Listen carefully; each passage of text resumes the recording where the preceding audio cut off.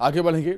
G20 की meeting के लिए जिस तरह से राष्ट्रपति द्वारा इसके आमंत्रण में प्रेसिडेंट ऑफ इंडिया की जगह प्रेसिडेंट ऑफ भारत का इस्तेमाल किया गया, उससे ये कयास लगने लगे हैं कि क्या सरकार पूरी तरह देश के इंडिया नाम पर रोक लगाने और इसका नाम केवल भारत करने जा रही है।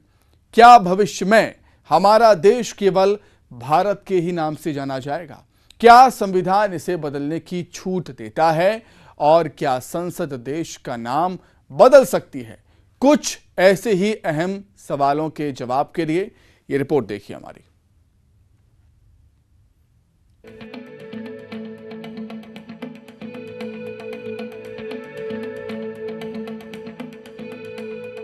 G20 शिखर सम्मेलन के दौरान मेहमानों को राष्ट्रपति की ओर से रात्रि भोज का बुलावा आया है। इसके लिए बाकायदा निमंत्रण पत्र भेजा गया है, लेकिन इस निमंत्रण में प्रेसिडेंट ऑफ इंडिया की जगह प्रेसिडेंट ऑफ भारत लिखा गया है। इस मुद्दे को लेकर सियासी घमासान भी मचा है। कयास भी लगाए जा रहे हैं कि 18 से 22 सितंबर तक नए संसद भवन में जो विशेष सत्र बुलाया गया है, उसमें देश का नाम केवल भारत रखने का बिल लाया जा सकता है। लेकिन सवाल है कि क्या ये इतना आसान है? इसके लिए ये जानना जरूरी है कि संविधान इस बारे में क्या कहता है। भारतीय संविधान के आर्टिकल 1 में लिखा है कि इंडिया जो भारत है वो राज्यों का संघ है। दरअसल संविधान के मुताबिक सरकार को गवर्नमेंट ऑफ इंडिया या गवर्नमेंट ऑफ भारत कहा जा सकता है।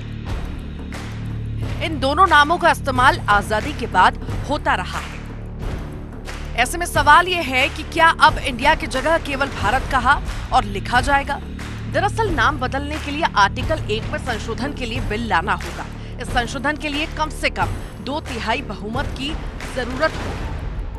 लोकसभा में बिल पास कराने के लिए 356 सांसदों का समर्थन चाहिए, जबकि राज्यसभा में 157 सांसदों का समर्थन चाहिए। इसे राज्यों से भी पास कराने की जरूरत पड़ सकती है। हालांकि इसको लेकर अभी कुछ भी साफ नहीं है। अब सवाल यह है कि आखिर देश के दो नाम कैसे पड़े?